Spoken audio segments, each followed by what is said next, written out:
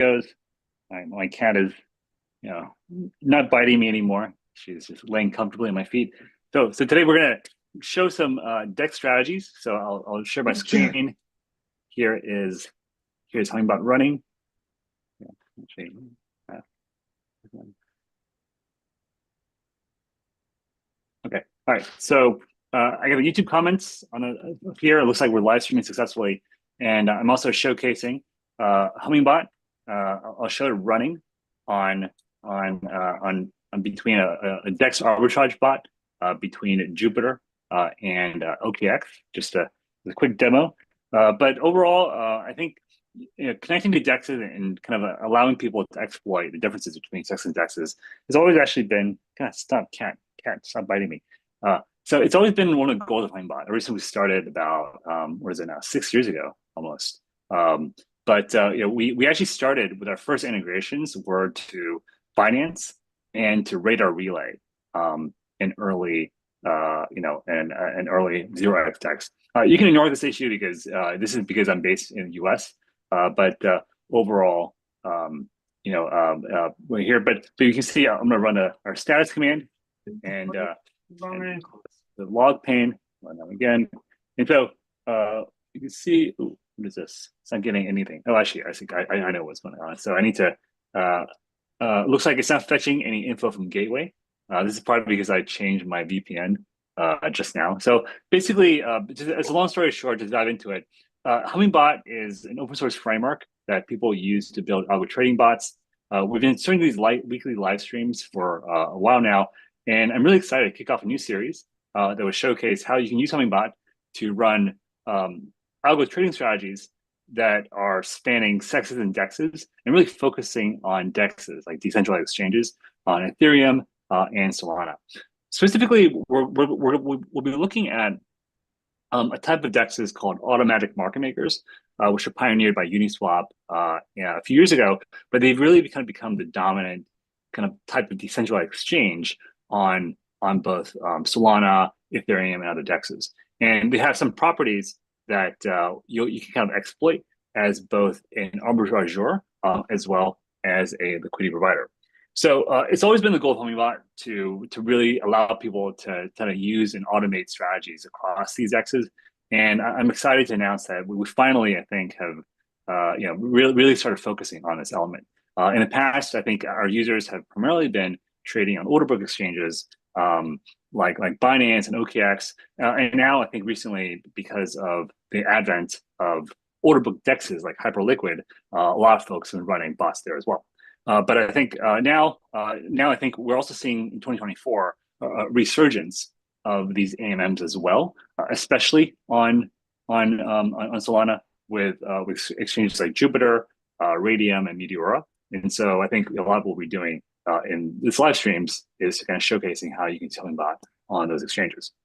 Just one caveat is everything is on the DEX side is just kind of still a work in progress.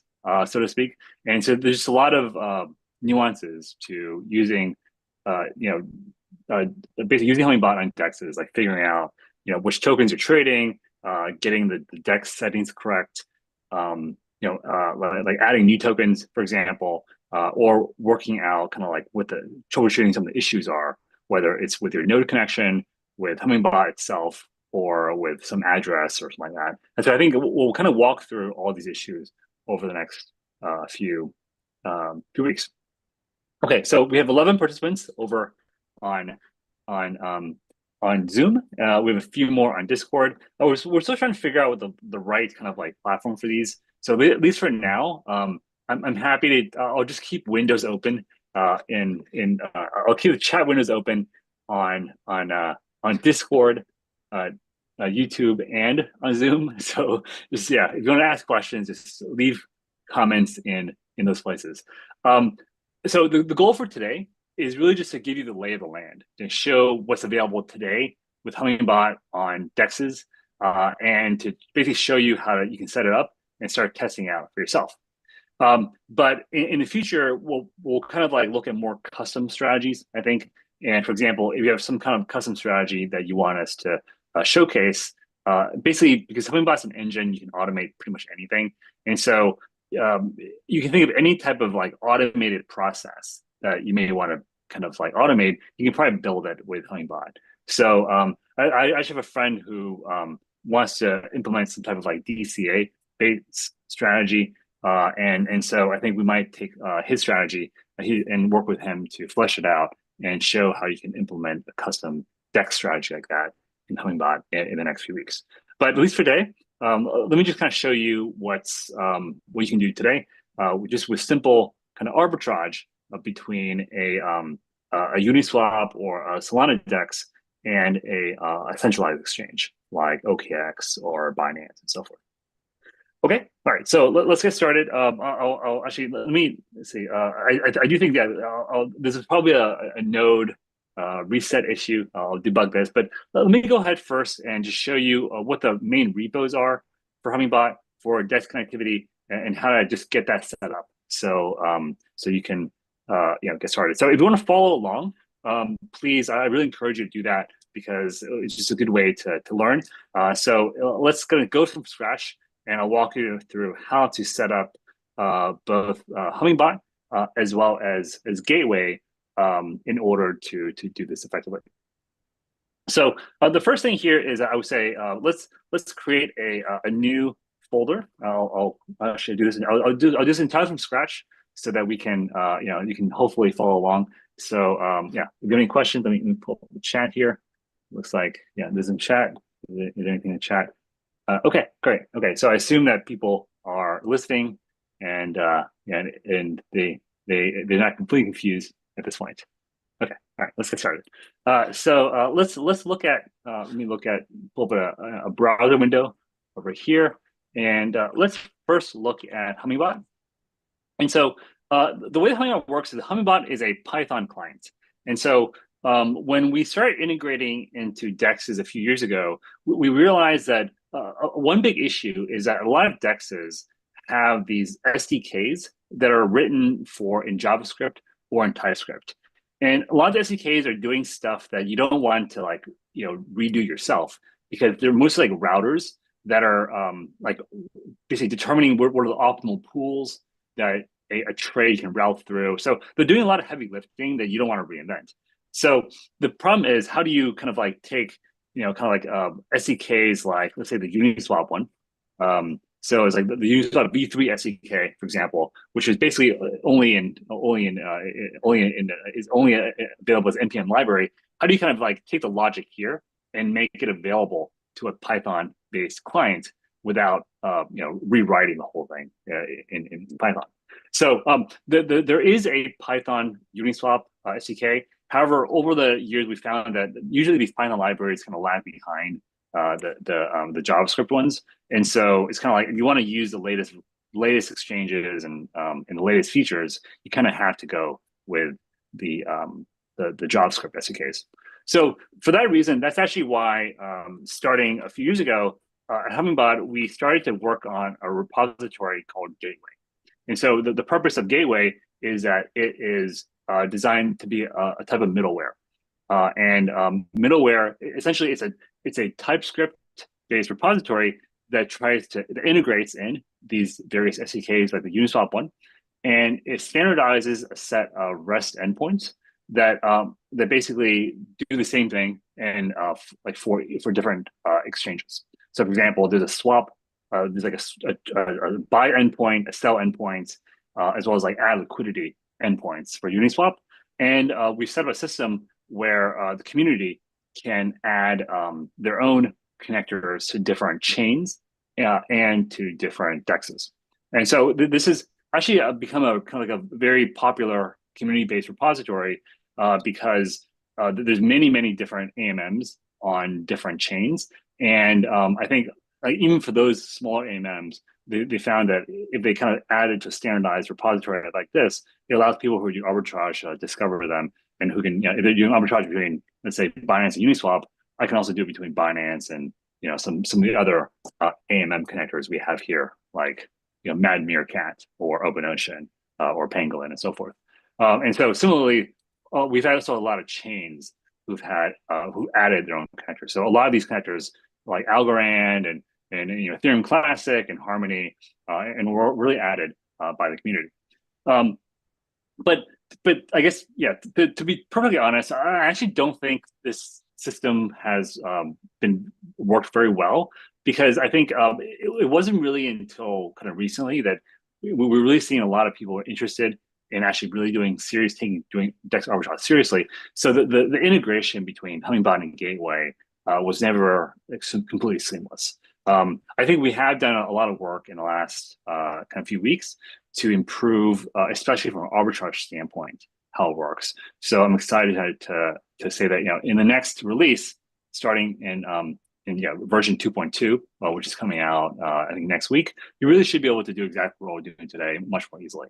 But today I was trying to show you just using the pull requests that we're still doing for these two repos, and we're just kind of like, you know, using the pull request to kind of like do this. But starting in basically next week, you probably use the master branch of Hummingbot as well as the master branch, the main branch of Gateway, and do the same thing.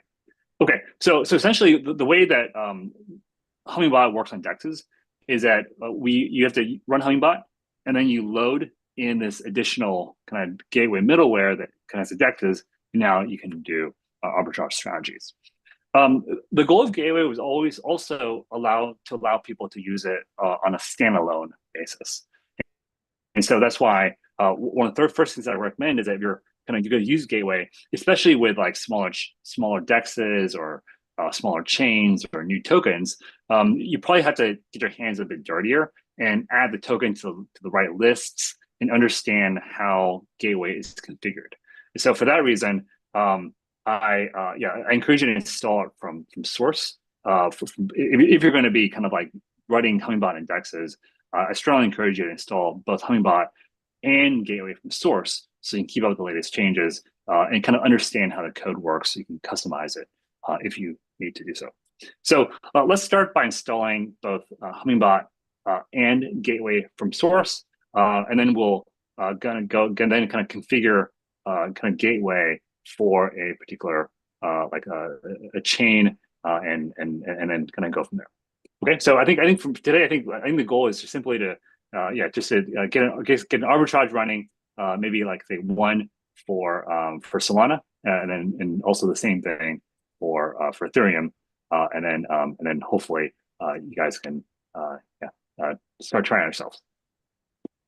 Okay, so any questions? Yeah, again, please feel free to drop it in Discord or in the live chat. I don't see any messages, but actually, maybe if someone can drop a message somewhere, I can just verify that there's actually people listening or they can hear me. Can someone maybe drop a message in chat? Okay, great. Okay, great. Yeah, so yeah, looks like Fede can at least hear me. So yeah, there's at least one of the 13 people in Zoom can hear me. We do have 12 people now on YouTube. So hopefully there's people who can speak up there as well. Let me sign in here. I'm gonna sign in myself to YouTube and show how this working. This is correct. Okay. Okay. Yeah. All right. Sounds good. All right. Okay. Yeah. Questions.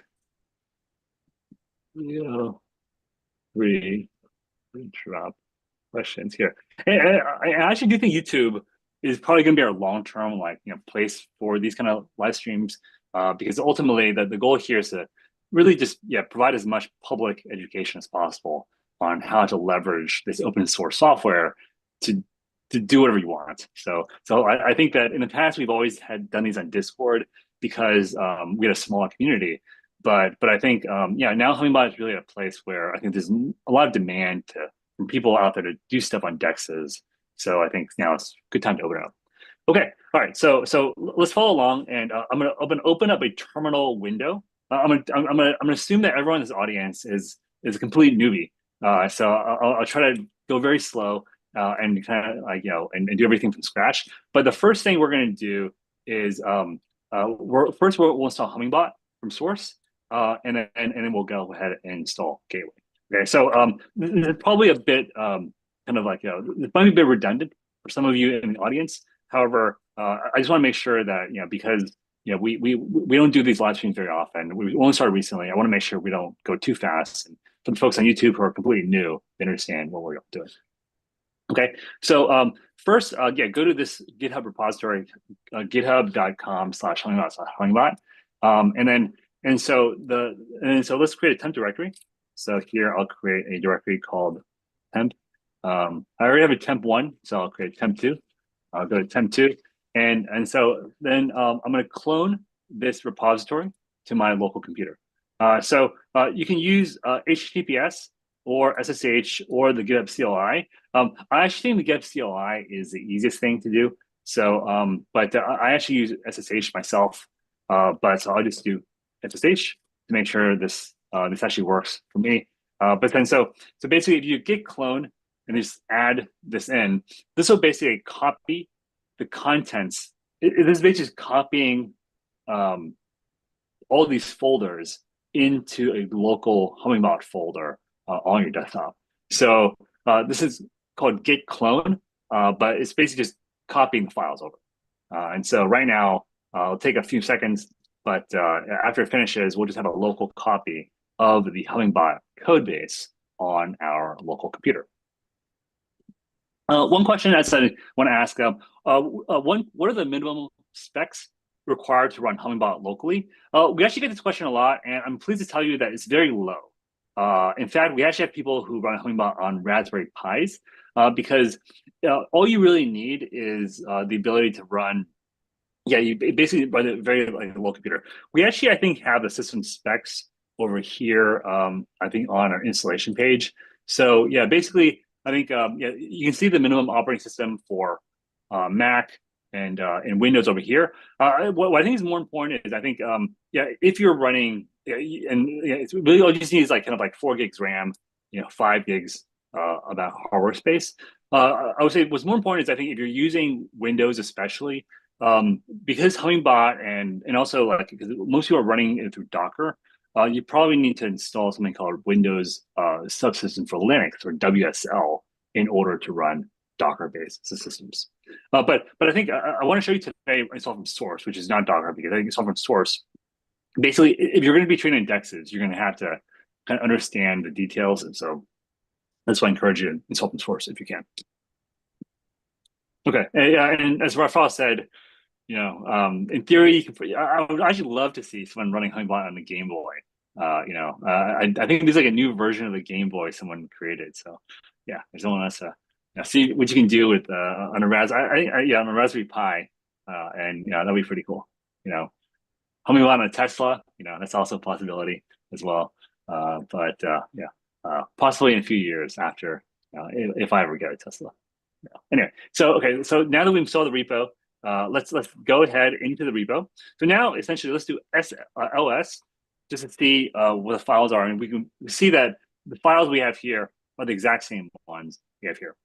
So I'll be walking. I'll just go through basically we'll be just going through this install from source command. So if you have to follow later on, I'm going too fast for you. Just go through this install from source Mac OS page in the docs. Okay, so now the first thing that you have to install is something called Anaconda or Miniconda. Anaconda is a package manager, and so what this is going to do is it'll take all the libraries that Hummingbot needs, which are defined, I believe, in this in setup / environment.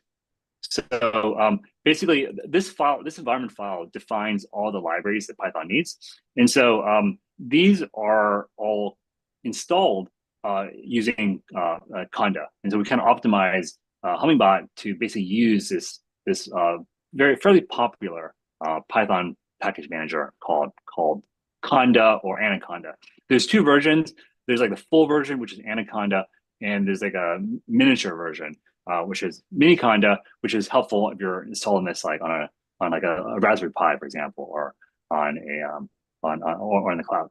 So I've already installed Anaconda, so I'm not going to go through it to too much extent, but basically you can install it a variety of ways, and you can there's a GUI, there's a command line installer, but afterwards you should be able to access this Conda command on your command line.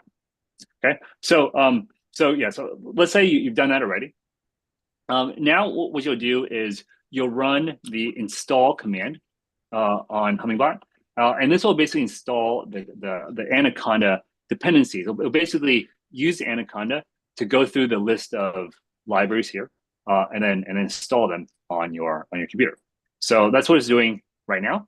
And then so let's just give it maybe like 4 or 5 minutes. I think actually maybe faster, because I am running an M3 Mac here, so it should be pretty fast. And now it's basically installing all the Python dependencies that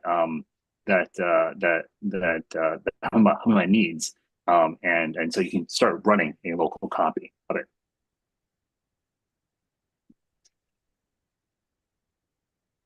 Okay, that was pretty fast, actually. I guess so let's see, got some messages here. Yeah, okay. All right, so now that we've installed the dependencies, now we're going to run the compile command. Okay, so the compile command, which is over here. So I'm sorry, I forgot one very important thing. First, we need to activate the Conda environment that we just installed, because you can see here, I'm currently in the base Conda environment, but the reason I installed this environment is so I can activate it and kind of load all the Python dependencies I need, which Hummingbot relies on. This ensures that your Python dependencies, project by project, are segregated. So if I'm installing a different project that requires different libraries, it doesn't conflict with this one. So essentially, that's why the environment kind of segregates all the dependencies in one place. I see one question from Sergey, which is what data your bot collects. You'll see in this video, but basically Hummingbot it connects directly to the exchanges. So it's getting data directly from the exchanges.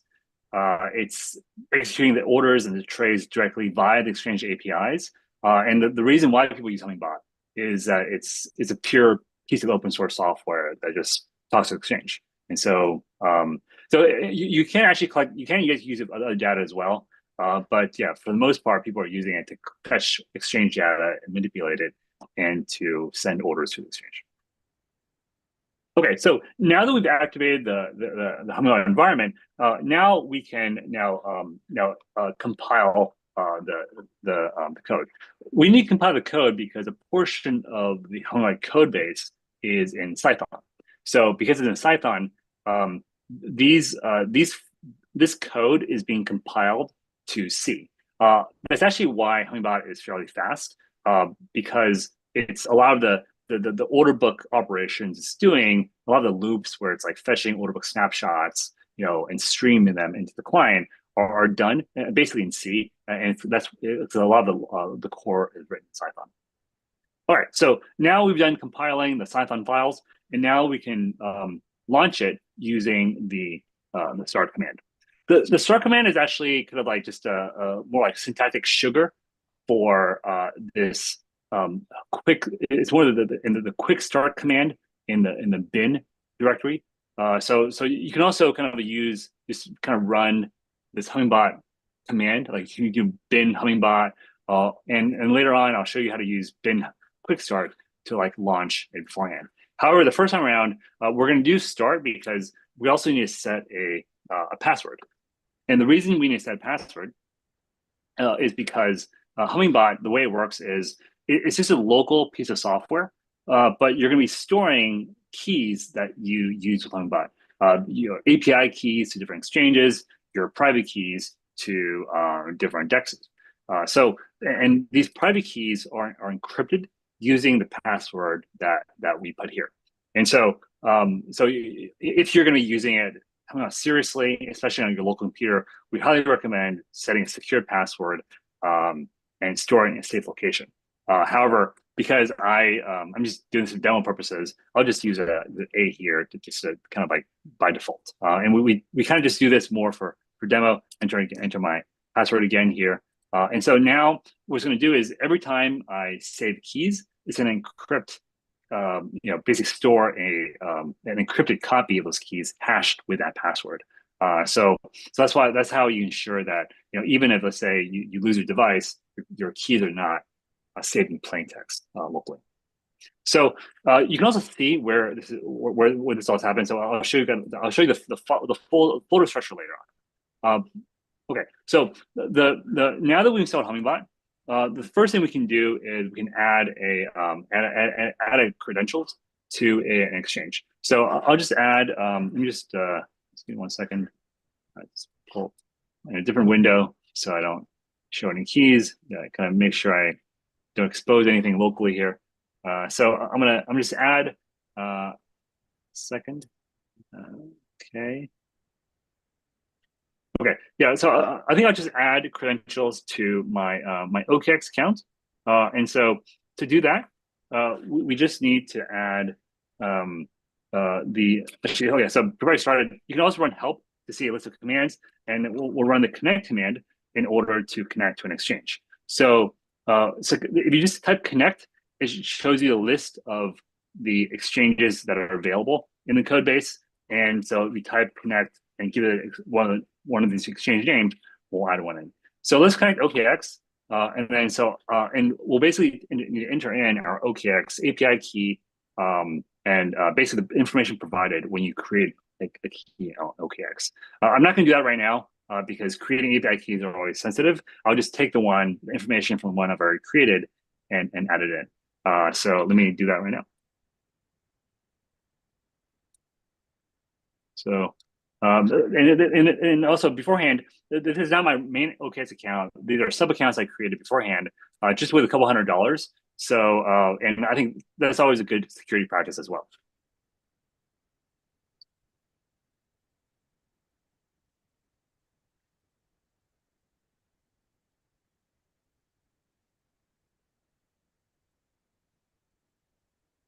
Okay, so afterwards, if you are successful, you should see something that says you're now connected to OKX.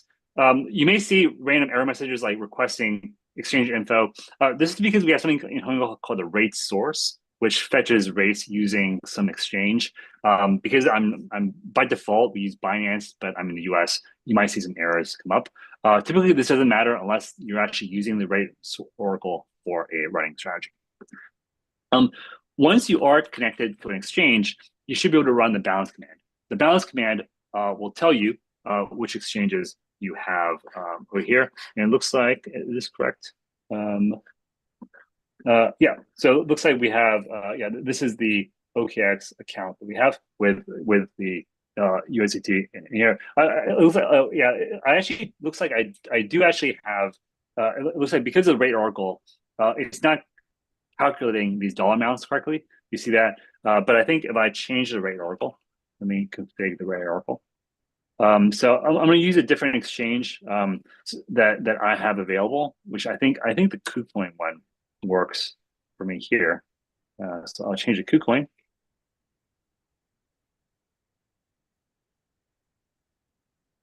Okay, yeah. So now it looks like it's actually calculating the balances correctly, and it's showing my correct kind of like dollar balance on OKX. So these are just some of the nuances that you have to kind of like understand when using Hummingbot, because it's basically a local piece of software, and so depending on where you are, you can kind of like use it different ways. So what we try to do with Hummingbot is build something that that's highly configurable. So hopefully you can use it for whatever you want. All right, so now that we've connected OKX, now let's go ahead and connect our second exchange. The second one will be a decentralized exchange, and so for this one, I think we're going to go with a Solana DEX and Jupiter. Okay, so to do that, first we'll be installing the gateway module that we have. Actually, the first thing before we get started. Because we are going to be using we're not using this main branch, we're using a different branch. I'll actually need to before I actually run bots, I'll change the other branch. But before I change branches, let me go ahead and install Gateway first and hook up Gateway into Hummingbot. So first you can kind of at least understand how to kind of add credentials to a DEX to Hummingbot first. All right, so as I mentioned earlier, there's two repos in Hummingbot for this. There's Hummingbot, and there's also this gateway repo over here. So let's go ahead and install Gateway the same way that we installed Hummingbot earlier. So now I'll just open a new window. Actually, I actually have Gateway running over here. So I'm gonna actually try. Yeah,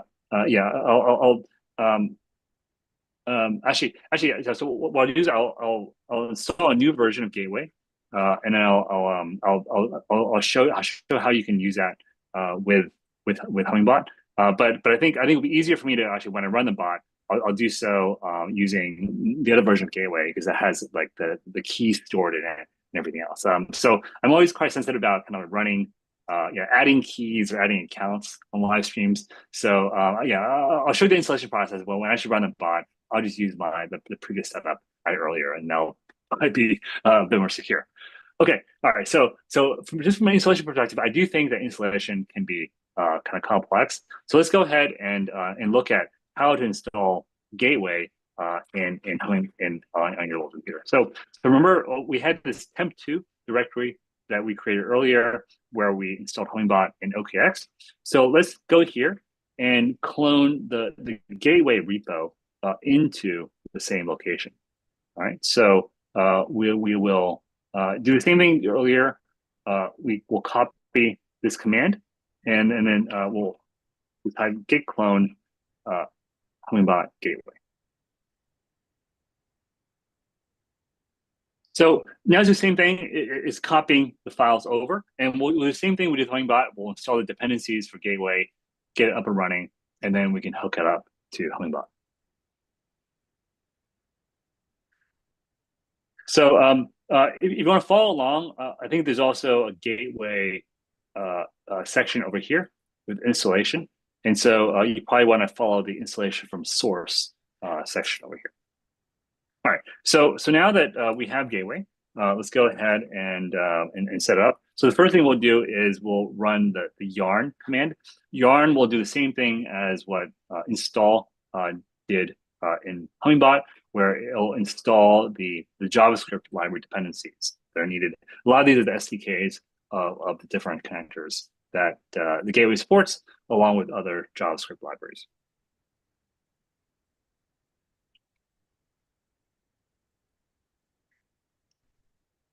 All right, so still streaming. How many people we got watching? 15 people on Zoom and 8 on YouTube.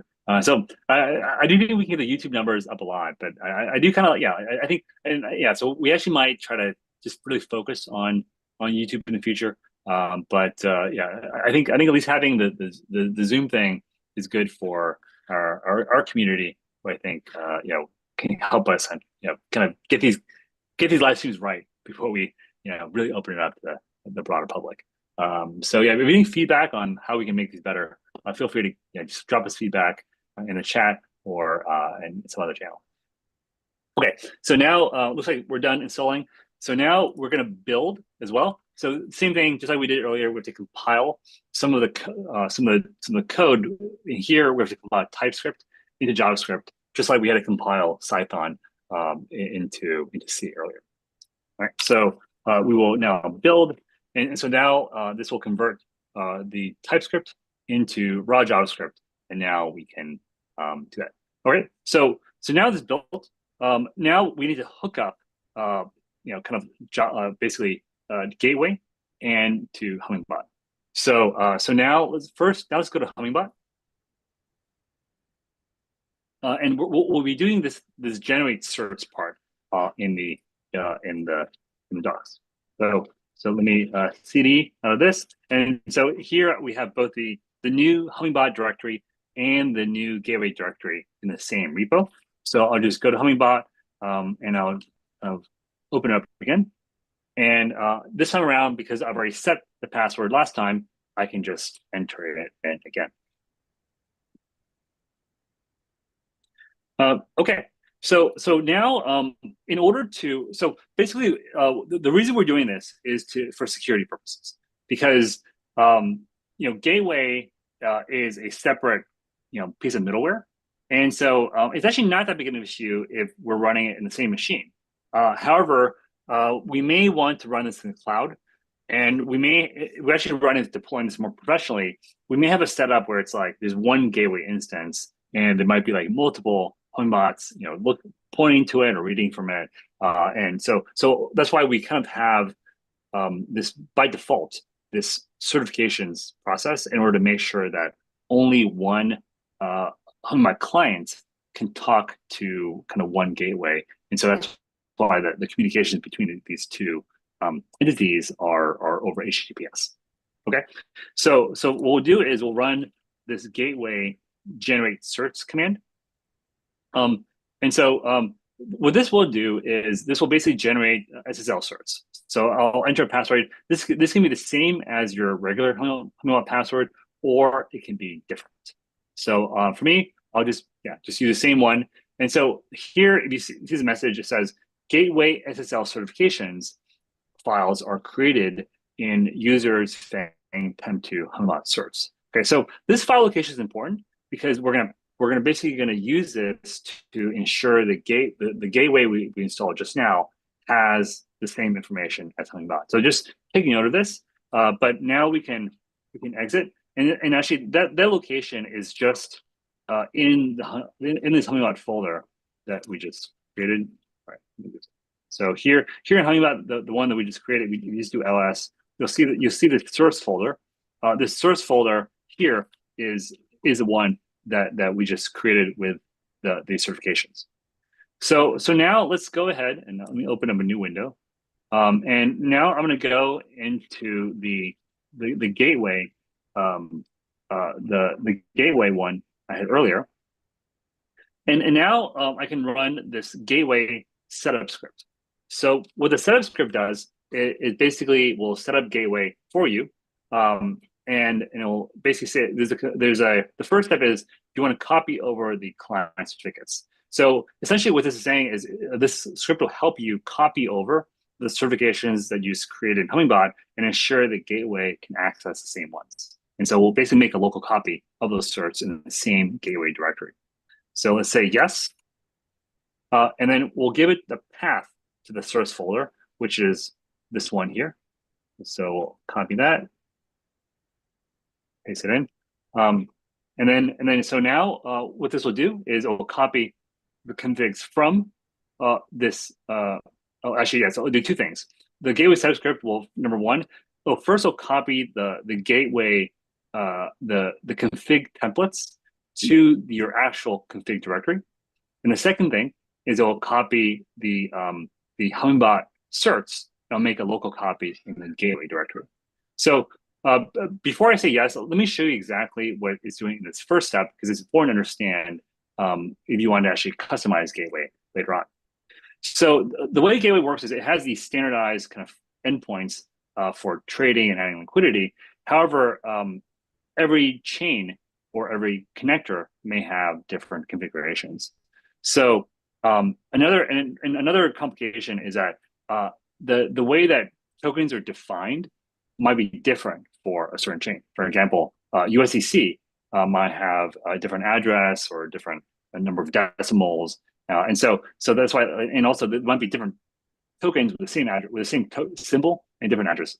So, in order to help people resolve these kind of address symbol lookups, there's something called lists in Gateway. If you look at the templates, basically, the lists are the kind of the token dictionaries for each chain, and they're kind of like, they use this token list standard that Uniswap developed a few years ago, where every token is a tokens dictionary, and where every item has a address field, usually a chain ID field for it's an EVM chain, a decimals field, name, and symbol. So basically, these lists are what Hummingbot uses to resolve address to symbol lookups.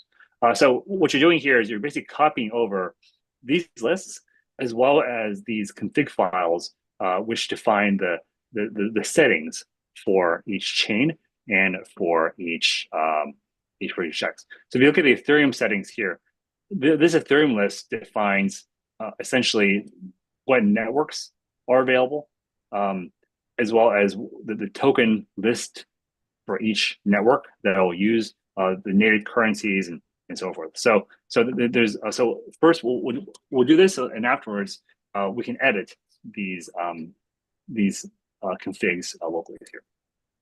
All right. So now we've copied over, and now I think we can start running. The next step is okay. So now we can just start gateway, and so now we can run yarn start, and then the passphrase will be the same passphrase that we used earlier when we created the certifications using that generate certs command under get. So that's why for me, I always use the same passphrase for both Hummingbot and for the certs. So I just use A. But this is also because all this stuff is all for demo purposes. But when I'm running this in the cloud or more securely, I probably use a more secure password. All right, so now what we're doing here is we're starting the gateway server, and it's going to be now it's kind of active, and now here now we start Hummingbot again from the old place. So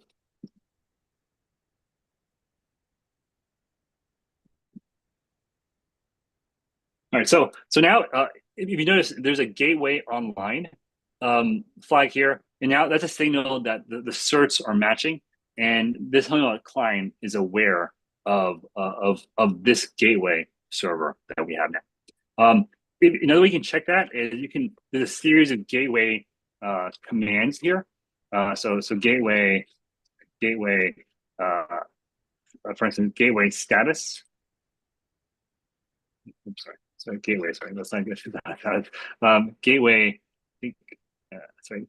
gateway test connection. This will tell you if gateway is successful, and then so now you can actually also add gateway connectors. So gateway connectors are the DEX connectors that are available in gateway. So if you do gateway list, it'll show you a list of the exchanges and the chains that are available. Actually, because this is the master branch that I'm looking at, I just pulled. Jupiter and Solana are not available on this branch. So what I'll do is I'll add a Uniswap connector just to this branch just to show you how to add it. But the arbitrage example I'll show you later on will use the other branches, which are kind of like have more code that we're about to push to Hummingbot development pretty soon. All right, so the way you add exchange in gateway is just like Hummingbot, we connected OKX. There's a gateway connect command as well. And then by default, Hummingbot, the first point of integration is always to exchange. So that's why the first thing you'll do is you'll select the exchange, the DEX that you want to integrate into. So we'll do Uniswap.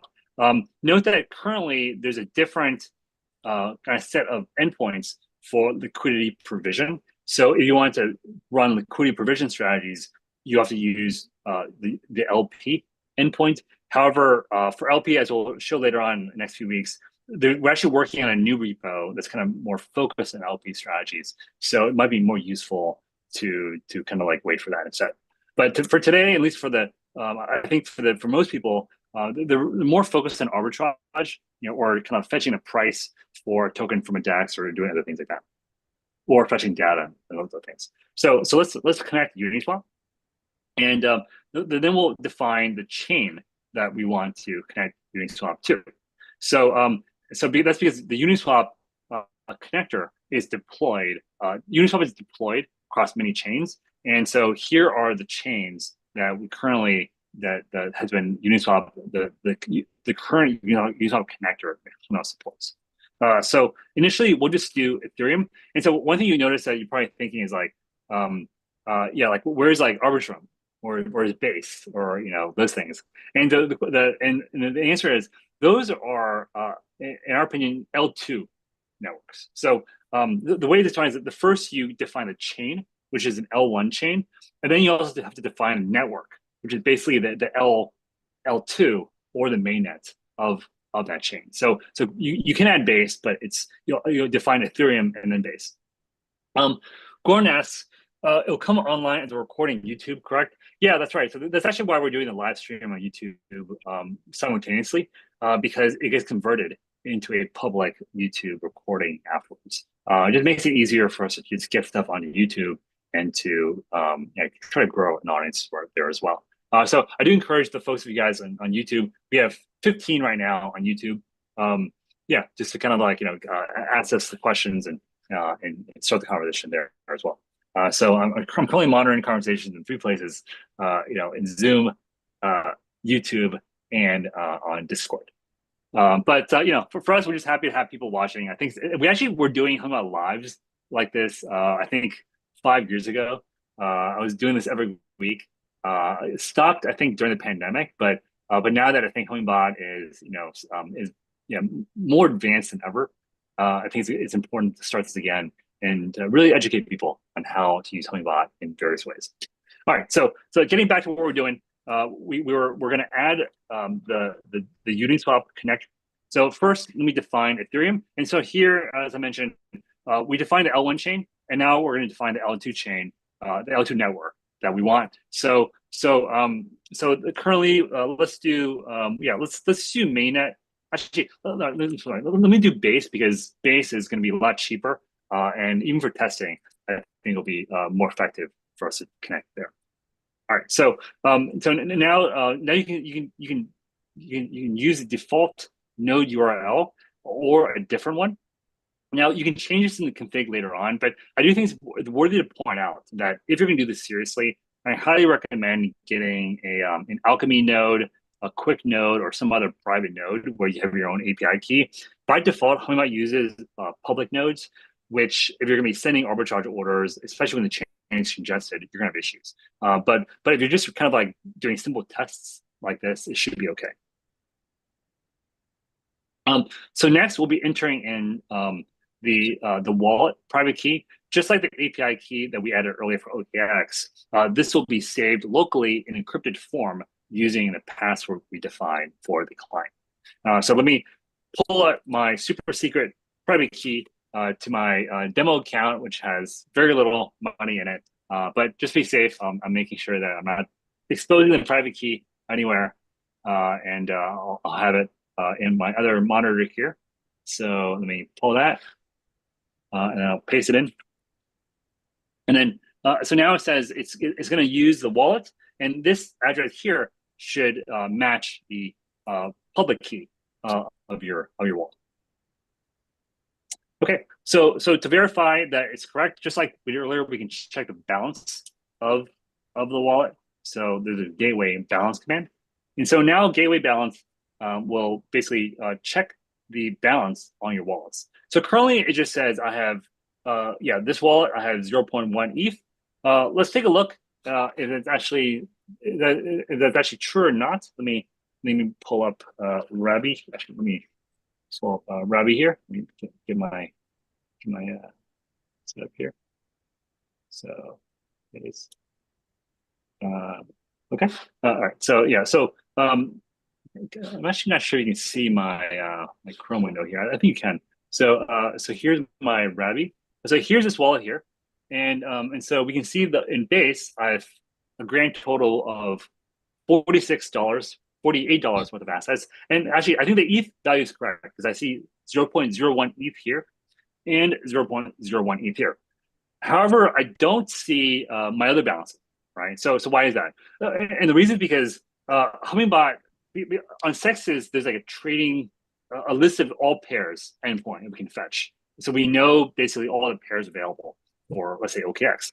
However, because new coins are being added constantly to these exchanges, we don't know what all the possible pairs symbols there are. So that's why by default, we just show the native currency, and you have to add the tokens in that you want Hummingbot to display.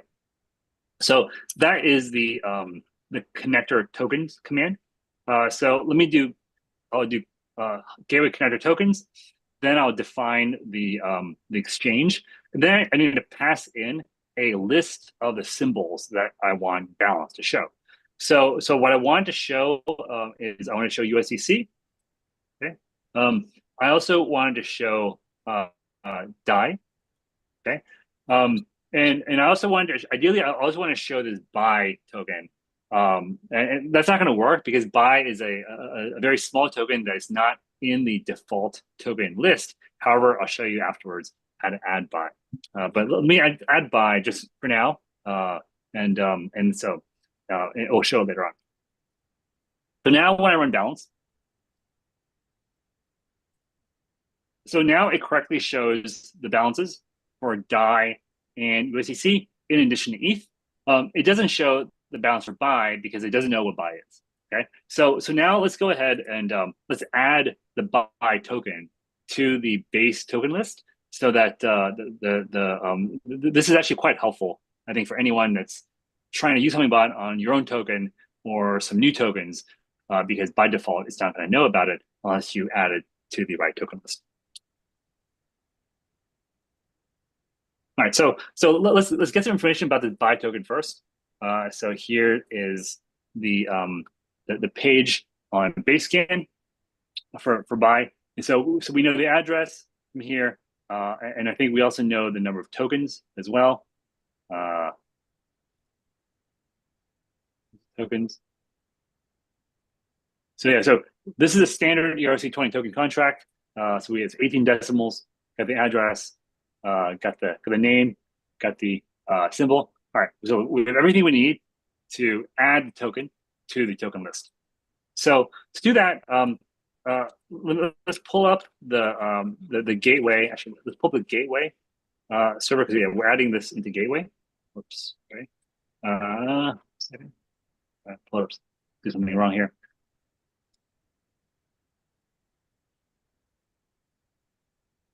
There we go.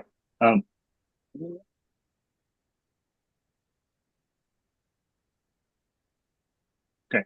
All right. So let's go into the gateway repo and let's pull this up in IDE so we know what we're looking at. All of them. Okay. So in the gateway repo, there is there's a conf folder, and this conf folder is really the one that we copied over from the templates earlier. And so this conf folder has the settings for all the different chains and for the different like wallets we're using. So if you look at wallets, here is the wallet that we added. So we added an Ethereum wallet in the Ethereum directory. So what we need to do here is to add the buy token to the list for Uniswap, for Base, because this list here is the list for Base. I know this because if I look at the Ethereum configuration, so for Ethereum it says that for the Base network, which is chain ID 8453, it's going to use this node URL, and the source for the token list is a file. You can actually use an API for this if you want, but we found that from a speed perspective, it's easier to use a local file, and the source is going to be this file in conf/lists. So what that means is if we add tokens to this list, it'll show up in Hummingbot and be available in client. So let's go ahead and add the buy token to the base token list. Okay. So each of these lists, there's like it's just a list of tokens. And so Hummingbot is just going to look at this dictionary and try to find the symbol that you enter in. So to add buy, I just need to do this and copy this. I'll add in here. I'll just add in below 1 inch. And let me make sure that I copy the right info in. Okay, so chain ID, this will be the same. This is just the base chain ID. The address will be this buy address here. Okay, name, let's call it buy, symbol, buy as well. 18 decimals, correct. And this logo URI, this is not needed because we, by default, we kind of pulled these from some Uniswap thing. So yeah, we don't need a logo for Hummingbot. One question from Anas on YouTube is: there's a possibility to add on the roadmap to split Hummingbot capacities? for example, a Docker image that plays the role of data collection and streaming to other images. So yeah, I think I should already do this with Hummingbot because it's like Hummingbot is just a framework. So right now, what I'm showing you is how to arbitrage between like sex and DEX. But last week in the prior Quants Lab series, Fede was showing how to use another repo in Hummingbot called Quants Lab to fetch data from exchanges. So I think for your purposes, if you want the data collection repo, you probably want to refer to that recording, which is, I think is like Quants Lab, live stream series, and look at how to use a Quants Lab repo to collect data in a Jupyter notebook for different exchanges and to automate a task runner that can create that in a Docker image. So Hummingbot is, unfortunately has got expanded a lot. So that data collection, it's actually a separate repo already. Whereas today we're looking at the main Hummingbot repo for the arbitrage task, so to speak. Another question. So 5 up, 5 up. Thank you for your work, but I'm wondering if there's really chances for arbitrage. I didn't attempt to set up the bot because I feel like any arbitrage is taken instantaneously. Actually, sorry, I'm not sharing my screen anymore. Correct. Good question. I'm actually, nothing's really going on, but let me make sure my screen is sharing. I think I did something in Zoom. Sorry, let me share screen again. Okay, got it. Yeah, so basically what we're doing earlier, I think I wasn't showing you guys, was basically we added this this token here to the base token list, and I just added the information from the token here. Then I'm just answering a few questions. So actually, let me address. I will address 5 of 5 ups question, which is, are there arbitrage opportunities? And I'll do it more by showing rather than telling, because it'll be easier for me to show what's available, and you can decide for yourself if arbitrage is worth pursuing. Okay, but let me finish off this task right now, which is just showing how to add a new token into the token list, so it's available in Hummingbot. So we just did that, and so now if we go into Gateway again, so we stopped Gateway. We had to stop it in order to run it again, but now we'll start it again. And then now we go back to Hummingbot. We'll start it.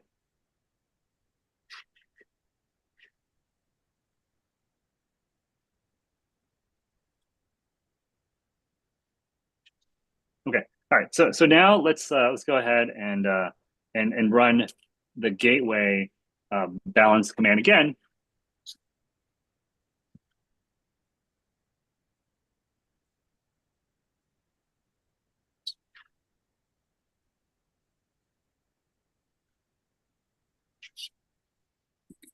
Okay. Yeah. So now we can see the buy token in the gateway balance command, because now I can access the symbol from the list and pull the balance effectively. Okay. So now let's go ahead and do some real arbitraging. Okay. So I'm gonna drop this, and because instead of using like this test version, instead of using the master branch and in this version of gateway right here, I'm going to move and use my other branch over here. So this is Hummingbot.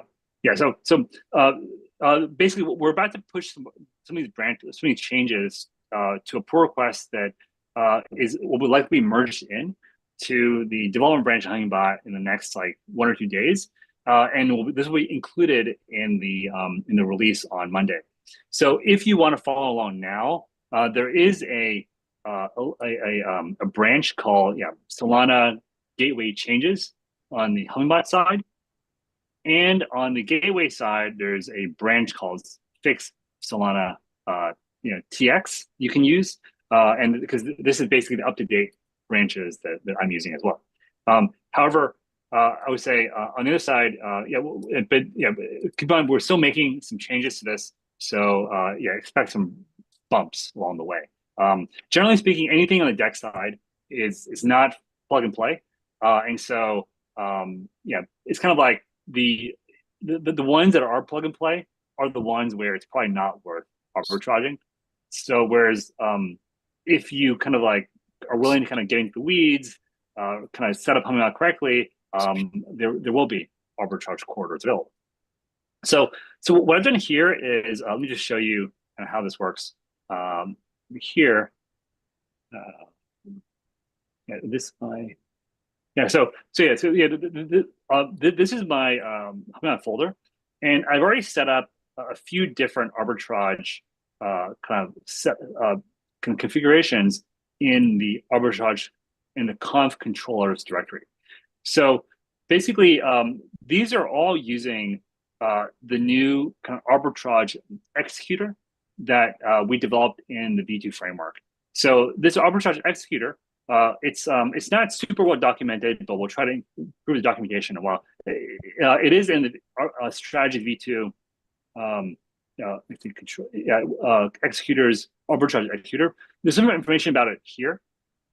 Basically, what it was going to do is it's going to allow you to just basically add in two pairs, like a pair one and pair two, and the executor does the heavy lifting of checking for arbitrages, like performing the arbitrage on both the buy leg and the sell leg, and kind of doing a lot of the conversions in between.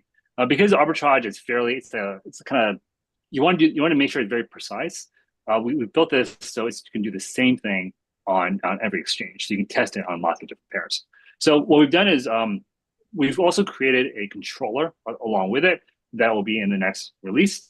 But basically, so what will allow you to do is you can define just like these kind of settings. You can just define the pair one, pair two, your order amount, your minimum profitability, and your delay between executors, and then you can just basically run the same configurations on different DEXs and different trading pairs.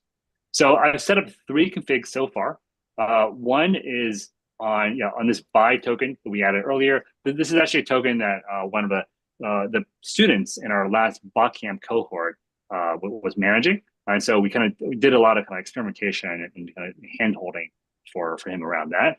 But I think it's a good demo of like how to use Hummingbot on a new token on like an exchange. I also set up one for the HBOT token, which is the Ethereum mainnet token. So it currently only trades on BitTrue. So it's this one is doing arbitrage between kind of BitTrue, HBOT USDT, and the same in the Uniswap pool. It's for this token. And then finally, I have another setup here for arbitrage between OKX and Jupiter and Jupiter.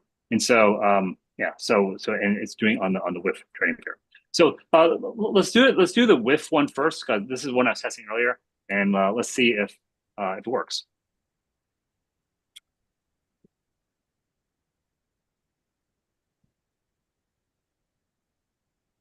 All right, so let me start this. I'll show the quick start later on, but at least for now, I'll show kind of how this works across different different things. So here, if I do gateway balance here, you can see I've added more exchanges to this version of Hummingbot than the new one that I created earlier, because this one I added kind of like all the different exchanges I may want to try out. Like PancakeSwap, Uniswap Base, Uniswap Mainnet, and Jupiter. I've also added a number of different sexes as well. So I've added OKX, MEXC, BitTrue, as well as OKX perpetual. So I have a lot of different exchange options to play with, and that way I can run these different configurations all from the same instance of Hummingbot. All right, so to let me show you how to start this controller, like the command, the normal way, quote unquote, and then we can also do it through the command line later on. So to do this, okay. So the way that we start these controllers is using the loader script, and the reason for that is because these controllers are really designed to be used with our dashboard. However, because we haven't built like the dashboard kind of pages for these new arbitrage controllers, we still run them through the client, but we still need to use a loader script to identify the right controllers. So the script that we're going to be running is called conf v2 with controllers. And so this is actually the config file for it. And the config file defines the name of the controller that we're going to run. So when I change to different controllers, I just need to change the name of the file here, but I'm still running the same loader script. So that's why when I run the script, I'm going to run the loader script, which is v2 with controllers, and I'll pass in the configuration, which is just this config file here, and this config file contains the name of the real config file, which is this. So here are the actual settings we're running. We'll be running a strategy that's trying to arbitrage between WIF USDT on OKX and between WIF USDT on Jupiter. So before we do that, let's just take a look at these two markets to just get a better intuition for what the arbitrage is actually happening here. So here's OKX. Let's do spot, and we'll do WIF. And so we can see that the WIF OKX price is something like 1.96 right now. Let's also look at the same market on Jupiter and see, if we were to just buy, let's say in the WIF USDC market, what that looks like. So right now, let's see, this is. Yeah. So right now we can basically sell one WIF for 1.968 USDC, and so here we can see there's actually already interesting arbitrage opportunities possible here. So yeah, this is actually more to address 5 out of 5 this question, which is, should I even bother, right? Are there arbitrage opportunities available? And so here you can already see an arbitrage between OKX and Jupiter, like manually. So like literally, if I wanted to right now, I can basically I can basically sell one WIF and get 1.968 USDC. And if I had USDC available at that 1.96, I can basically buy that WIF at a lower price of 1.967. So now arbitrage, probably, if you're paying fees, it's not worth even pursuing this arbitrage. But the fact that there's even like a slight positive arbitrage between Jupiter and OKX is a really positive sign, because especially because fees on Solana are near zero. So what it means is, if we actually had, let's say, a really low fee account on OKX, like many market makers have, we could be picking up this arbitrage. And if markets spike, this arbitrage differential is likely to grow. So if you have like a bot watching these two markets, looking for chances to take arbitrage only when the profitability rate is above a certain threshold, then even if your bot only trade a few times a day or a few times a week, it could actually make a lot of money. So that's why I think the question is there's definitely lots of opportunities. However, it's probably not between OKX and Binance. It's probably more like OKX and Jupiter, and it's probably not even WIF, right? It's more like tiny tokens, like maybe like Fartcoin, or like even newer ones like that have just come out that have just popped on Raydium. So it's kind of like it's kind of, because all these DEXs, a lot of these AMM markets, the only reason the market moves is due to arbitrage. And because there's so many different pools and different chains, and there's so many like variations of different tokens. The question is not so much like, is there arbitrage? It's more like, how much effort are you going to be putting in to finding the arbitrages, and like which ones almost you focus on if you're going to be playing this game. How to manage slippage depth fees. Yeah, this is actually what Hummingbot manages for you. So the as you'll see, the arbitrage controller, like a lot of these things you're defining in the controller, and it's Hummingbot is making the calculations for you in terms of what are the fees, what are the slippage, and every tick they'll basically be trying to figure out, is arbitrage possible? All right, so let's take a look at how this works in detail instead of just talking about it. So let's go ahead and start this this controller. The first thing I want to do is I want to make this this width arbitrage min probability pretty high. So let's do 0.1. So that's like a 10%. That's a pretty high rate. So let me just start it and let's see what it does.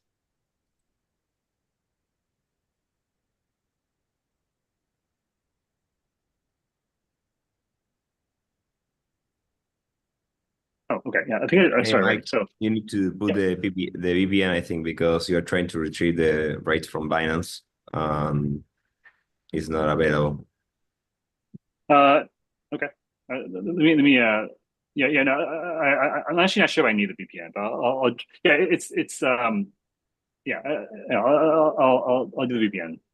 So If you don't close the client and start again, so yeah, it's yeah, yeah. It's I mean, you just do this kind of. Because I need to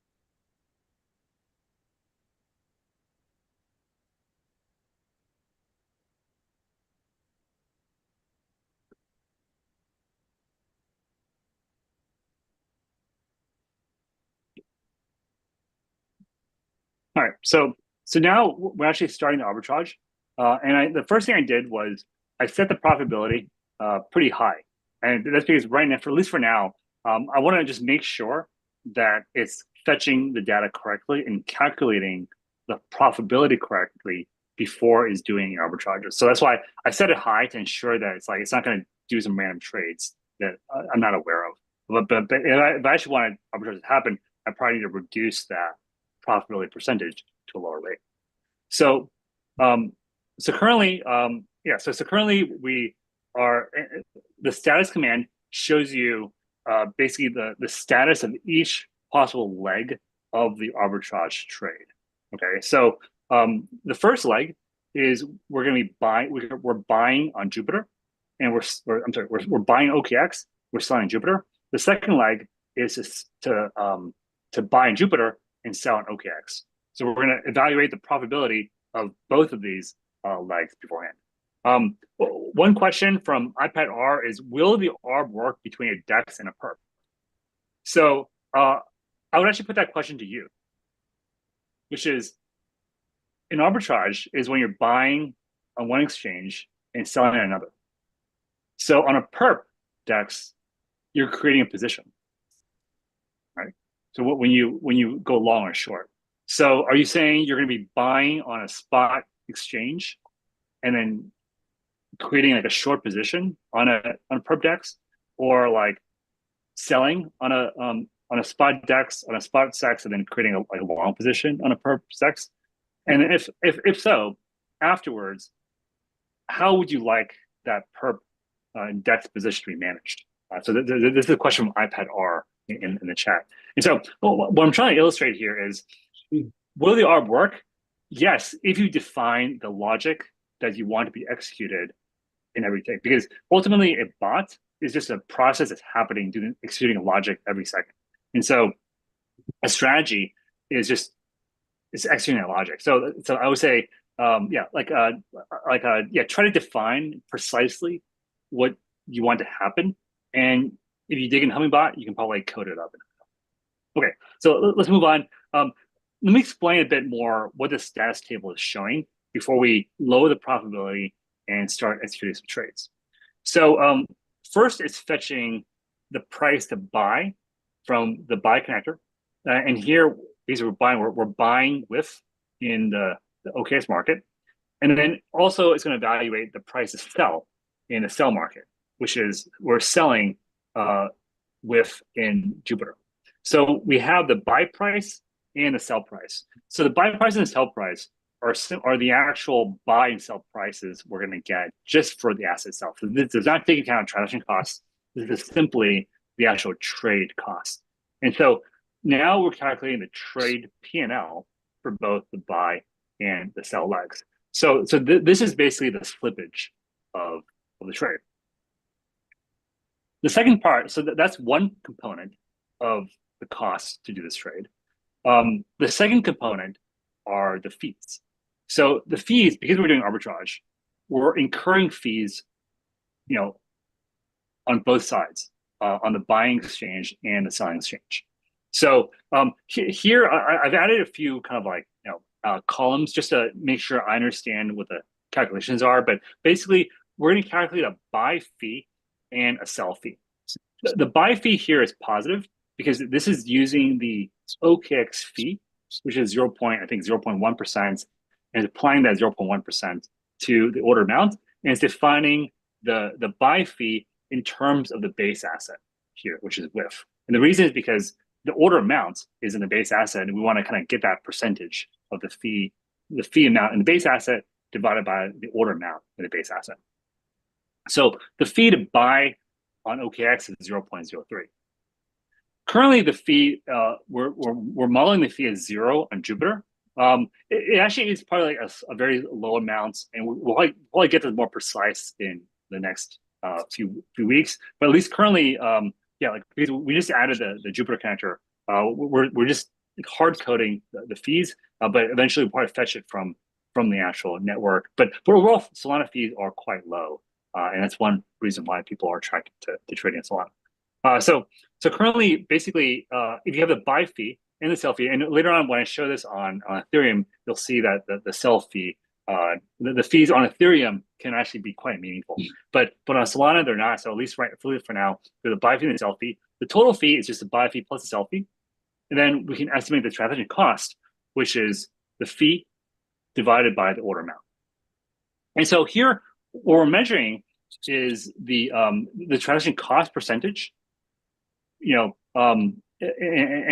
basically the trade P&L percentage minus the transaction cost is basically your profitability. So you can see that here, we actually do have a potentially positive arbitrage opportunity because the trade P&L is almost 0.002%, which is and so that minus the transaction cost is still positive.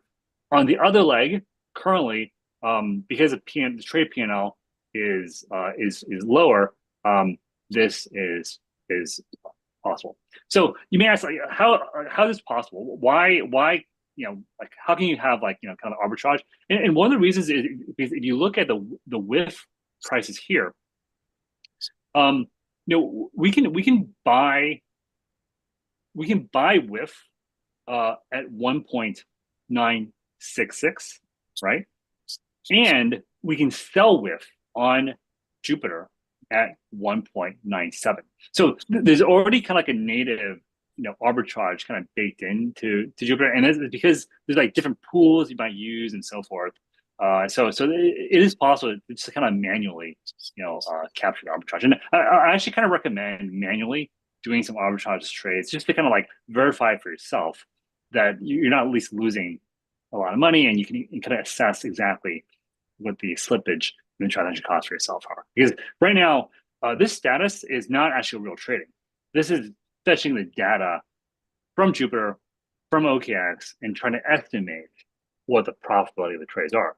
However, to actually really do this, we should actually, really get some trades filled to see if they actually can be executed, and then assess the profitability afterwards. Mike, one thing before, can you show like status live? So people can see that how the updates. Good question. Yeah, so great point, Fede. Yeah, so basically the status function tells you status, but a lot of people use a status live function. Basically, like what this is doing, you can see it's changing in real time.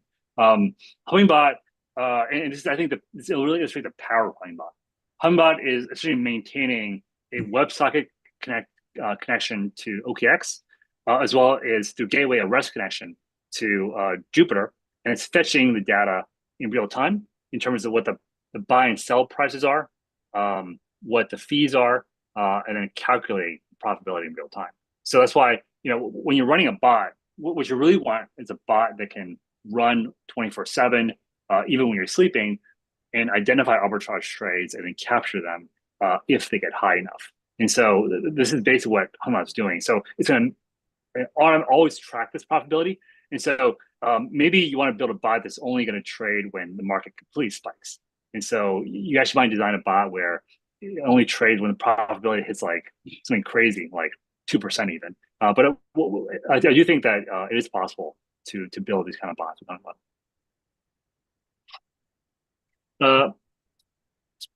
Okay, so yeah, I think so now that we see us running, let me actually just lower this, and I'm gonna go ahead and change this probability to something like much lower, to 0.001. And so now let's do this again and see if we can do it. But now I'm also going to use the quick start command here instead of just running it from scratch, so that to make this all faster. And so what I mean is, basically there's a quick start command which is in bin quick start, and you can basically pass in flags like -f and -p for the password, and then you don't have to kind of add it every time. So what I've done here is I'm going to pass in. Yeah, so I'm going to run the quick start command. I pass in my password, which is default as an A, and I'm passing in the loader script and the configuration file, which defines the script I want to run.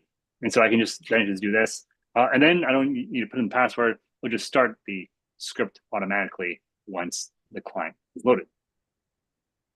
All right, so now because I lower the profitability, we should actually see more trades going. So here is one trade happening. It looks like I do see an error. So let's see what the error is. It could be because of slippage. Yes, likely due to slippage. So, never mind. Insufficient funds. Okay, got it. Insufficient for rent. Okay, I see. This is likely because I probably ran out of Solana in my test account because I was doing too much testing earlier. So this is actually a good segue into just basically whenever you're doing DEX trading, that's why you have to want to really understand it from it's from source, so you can see the logs and understand what's happening, because usually the errors are going to show up in the logs. So here, I think what's happening here is that I think I ran out of Solana on my test wallet. So let me make sure that that's actually the case.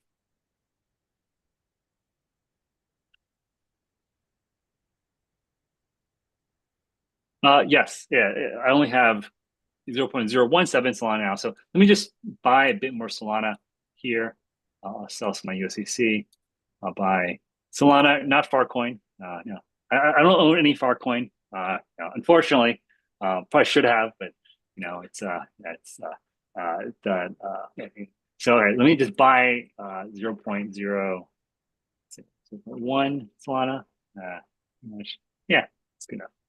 Oh, I can't do the tricks in position. See, yeah, so the problem is, like, if you actually do this too much, you run out of Solana. Now you can't do anything.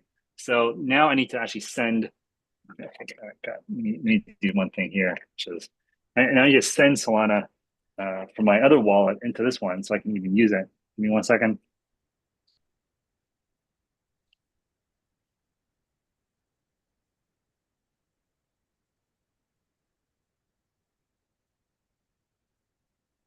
I'll do this over here.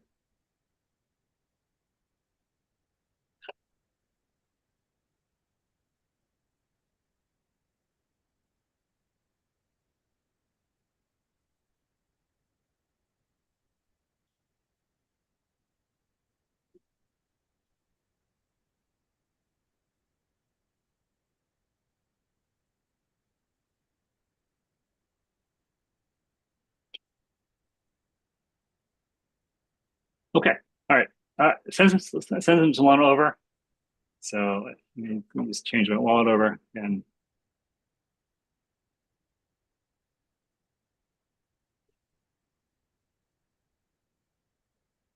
So now we have more Solana, and then so let me make sure I should assets here. I do have USDC. Oh, actually, I do have WIF. I'm actually going to buy a bit more WIF here since I'm not sure if, yeah, I only have 3 WIF here, so it's probably going to do that. Buy some WIF. So purely for test purposes. Oh, actually, I should have disclaimer. The disclaimer is that this is purely for demo purposes. I'm just illustrating how to use Hummingbot in a variety of ways. Not recommending any one token or any one exchange here to use. So yeah, just keep in mind, not investment or trading advice. All right, so let's buy some WIF tokens. I think I have what? Here we go. All right, that's probably too much WIF. Probably don't need that much WIF. Yeah, actually, $30 worth of WIF.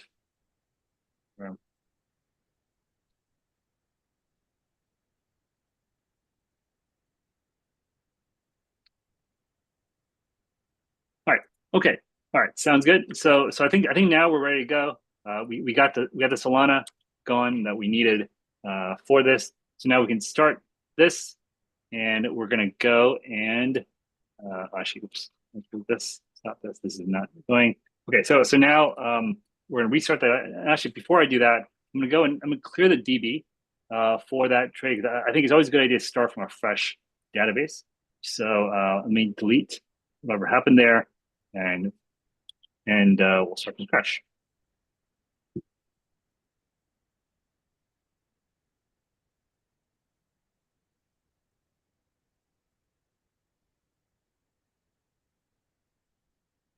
Okay, so here's one order. It did a buy order. So now it should actually try to do a sell order as well. Let's see. Yeah, so basically it's doing, where's the other leg of the trade?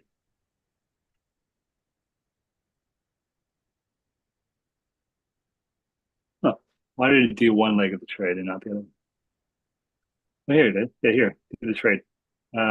Yeah, so here's the sell order, and the sell order is filled. So basically, it just completed one leg, which is a buy and a sell, and now it's going to wait. So at least for that leg of the trade, it'll wait a delay of 60 seconds before doing another one. So we do the status right now.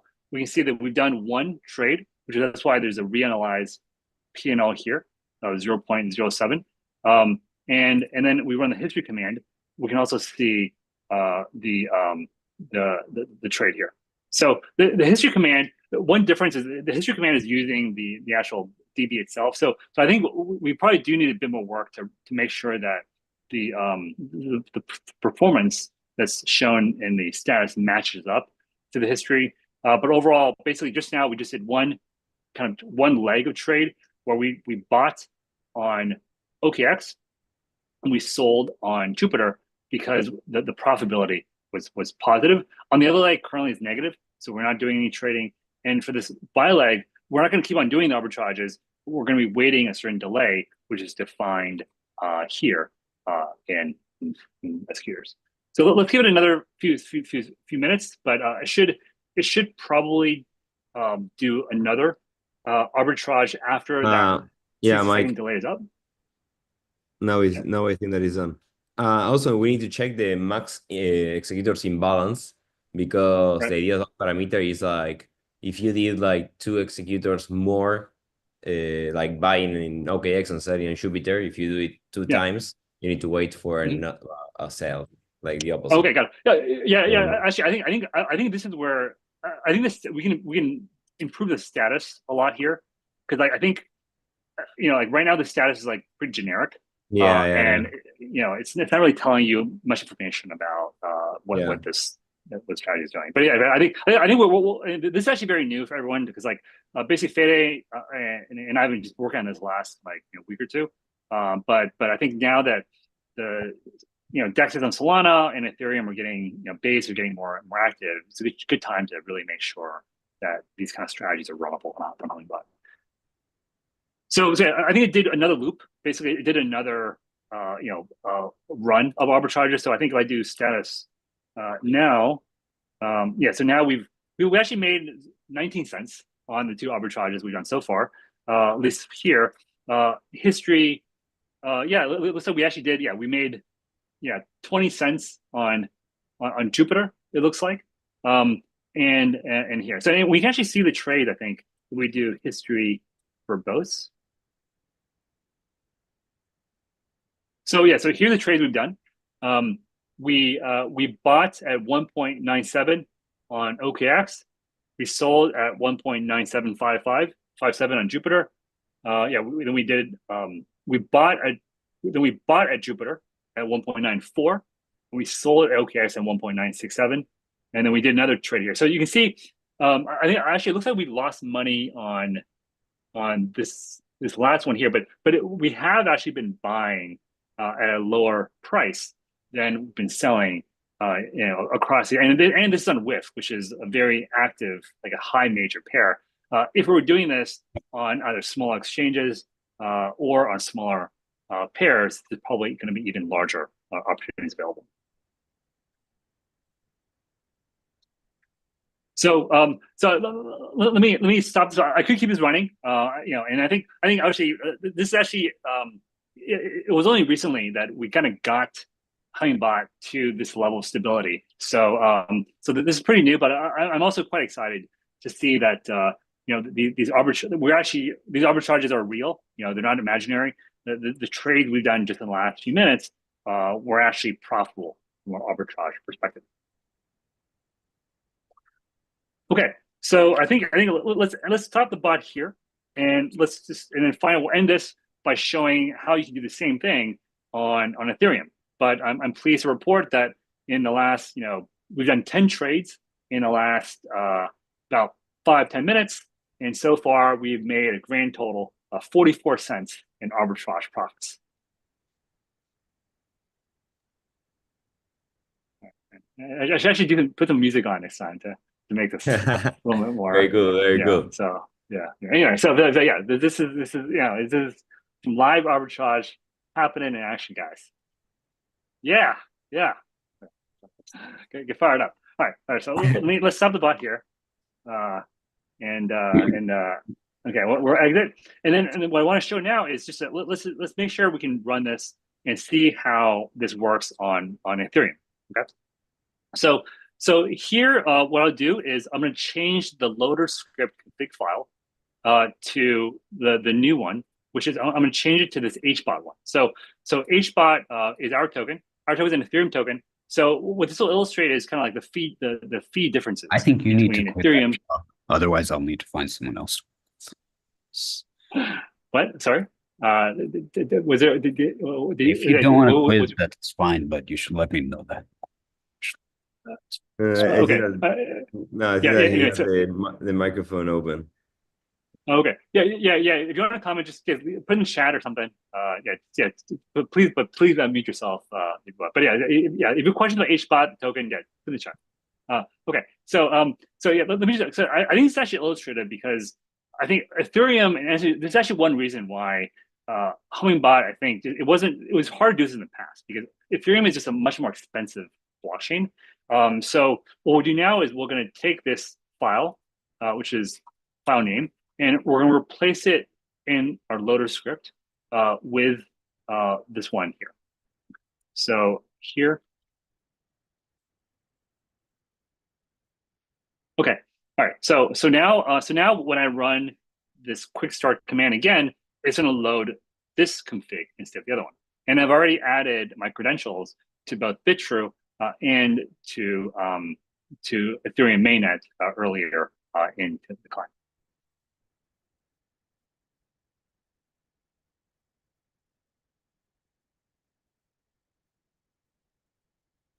So now you can see from the logs, it's going to instantiate Bitrue and Ethereum instead of the other ones, but it'll basically do the same basic strategy on.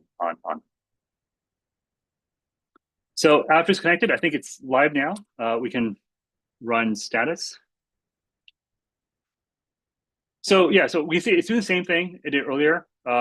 It's going to try to do arbitrage, but you can see the main difference here is that now we're fetching the fees from from Uniswap, and because the gas price is pretty high, there's a standard gas cost. So this is a gas cost in terms of HBOT. So you can see basically the fee in terms of BitTrue is only 11 HBOT. I think for a 10,000 HBOT trade, so about 0.1%. But the fee for on the Ethereum side is 4,000. So if we increase the order amount, this will shrink because it's a fixed fee. But for smaller order amounts, it can be pretty prohibitive. So I think I'm using 100,000 HBOT, which is about $30 here. So not a huge amount, but because of that, that's why the profitability is negative, primarily due to the Ethereum fees. So this one we actually do kind of provide. This is actually how market makers run as well. They're basically running arbitrage bots like this to balance prices between kind of like OKX and Uniswap. But because of the fees on Ethereum like this, you kind of need a much larger order amount in order to offset the fees. You probably need like $1,000 or larger in orders to kind of get the arbitrage to a low enough point where you're actually going to find consistent arbs. Okay, but of course, there's other networks besides Ethereum, besides Ethereum mainnet, and so that's kind of why a lot of the Ethereum activity has moved over to Base. So instead, now let's change this, and we'll do the final arbitrage run of the day, which is using Base, and we'll use the buy token one here. So let's copy this one. Okay, copy this. We'll go to scripts, and we'll replace that here. Okay, and then now we just need to run it again. And now what we'll do is it'll try to arbitrage between basically Base, this buy token between Uniswap Base, buy USDC, and buy USDT. Okay, so I set this profitability pretty high at 0.5%. So it's not going to be any trades. It's not that I don't want to buy or sell the buy token, but yeah, this is really just for demo purposes. But yeah, but I do want to show that if the buy this one, because this is a small token on Base, and because the fees are much lower, you can see that now we actually do have profitable arbitrage opportunities on Base. So right now, the two legs are, we can buy on MXC and sell on Uniswap Base, or we can buy on Uniswap Base, sell on MXC. And you can see that because of the low gas prices on Base, the fees on Base are, it's actually not that low. It's actually kind of consistent with MEXC. I think that I'm also using a very low order amount here, but yeah, I think that's why these fees are correctly, accurately being estimated from both MEXC and from Base. And from that, we're actually deriving a profitable arbitrage leg on this part. And this is actually typical, where typically when you have a profitable leg on one side, it's not profitable on the other side, and you can do this. So now, if we actually, and I think this is actually what a lot of market makers for small tokens are doing. They're basically running custom software, or they're running Hummingbot, and they're basically using Hummingbot to kind of keep prices consistent between sexes and DEXs. Okay, so I think this is kind of ends the demo for today.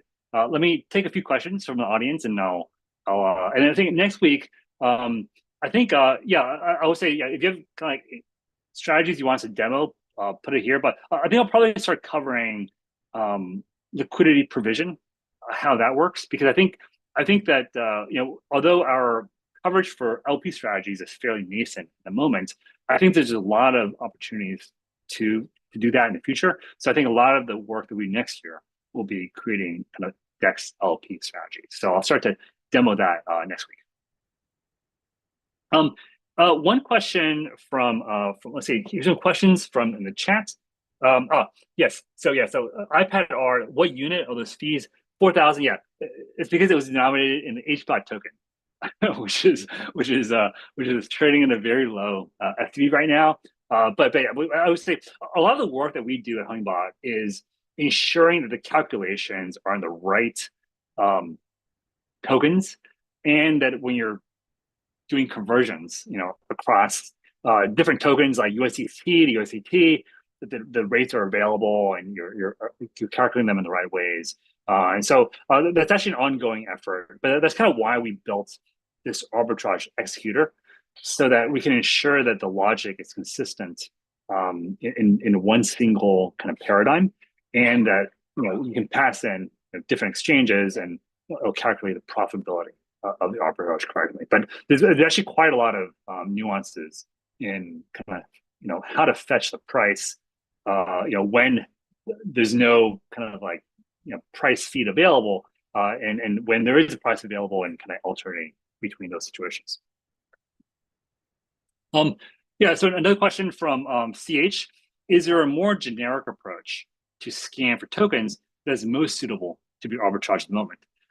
Yeah, actually, definitely. Actually, so as Fede mentioned, this is actually an area of development called screeners. So we've added a few to the Hummingbot code base, but I think actually Quant's Lab, which is our research repository, is kind of what we recommend as a starting point to do screeners, because then you can kind of really kind of tweak the logic, visualize the data you're collecting, and try to kind of actually kind of like can do them consistently. Because the thing with arbitrage is like it's like if you want to do the arbitrage, you probably need assets in that asset. And so and I know that there's a whole like flash loan kind of thing available, but typically it's kind of like the trades you want to do are the ones where there is no lending pool available. I'll put it that way. So it's kind of like there's kind of like, if a lot of times the arbitrage is like, it's not arbitrage in crypto is never generic. You kind of really have to like focus on the nuances of arbitrage because it's competitive, right? Like if there is generic arbitrage, but that's more like generalized front running, doing like MEV. But even that is also extremely specialized. But basically, it's kind of like you don't get a free lunch without specialization. Yeah. Here, let me take a couple questions from YouTube.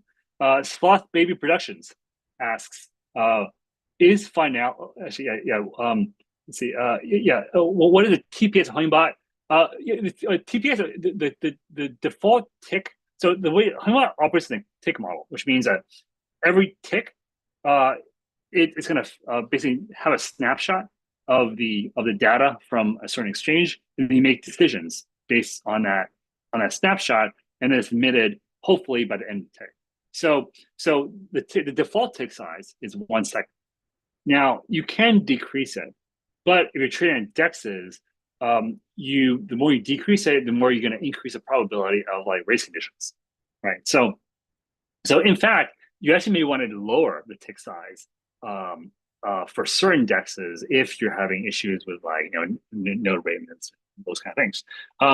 But generally speaking, Hummingbot I would say is pretty fast, and the reason it's pretty fast is because the core is in Python. We're maintaining a connection directly to the exchange, the node, and so it's probably not fast enough if you're doing an MEV, because then you're in a more specialized game.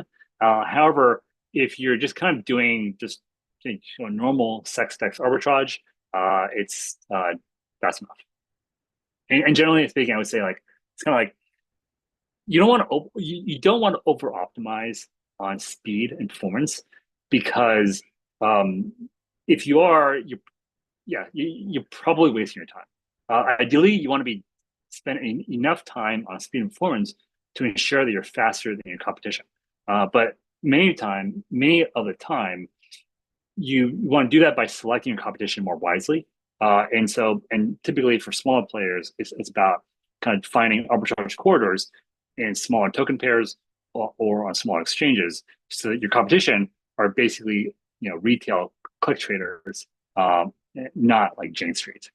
So if you are, if you find that you're actually being beaten from a speed perspective, and I would actually evaluate like should you be trading on like corridor And do you want to be competing against who you're competing with, or do you want to pick a different trade pair? Okay, all right. Let me answer a few more questions. When do you intend to publish a new main branch with Jupiter? It'll be in the next release. So the next release will be, I believe we're targeting Monday or Tuesday next week. So pretty soon.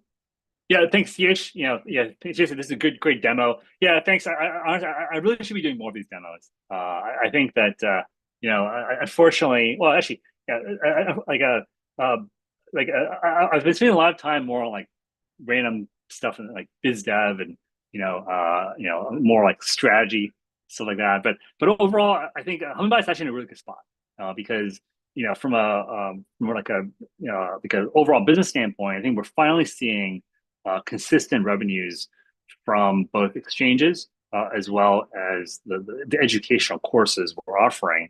And I think it's consistently kind of starting to become like a the for-profit education piece is starting to really balance out the nonprofit foundation piece. So obviously, it's not quite reflected in the value of the token. However, I look forward to experiments and proposals from the community to try to improve the viability of the token next year. But at least from a pure technical perspective, I think Hummingbot it's actually doing what it's supposed to be doing, in my opinion, which is becoming an open source framework that enables the community to maintain it, add different types of strategies, and so hopefully it's just like a common good that people can use in different ways.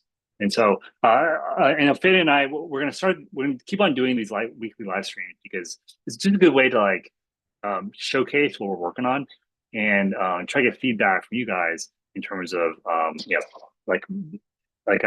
answering questions, hopefully demoing strategies that you want to see, and stuff like that. All right, so next Friday, we're going to get into LPA. So same time, same place. Actually, we might change the link, but yeah. So if you want to save on the latest details on how this works, just join our Discord. I think we're going to try to add a calendar in there or something so you can see what the upcoming live streams are. But basically, every Friday at like 8 a.m. Pacific or like 3 p.m. UTC, we'll be doing these live streams. They also get converted into YouTube recordings afterwards. So if you miss one, just find on YouTube afterwards. All right, everyone. See you next week. And have a Merry Christmas. Merry Christmas and happy alternate holidays to those of you who don't celebrate. Bye, everyone.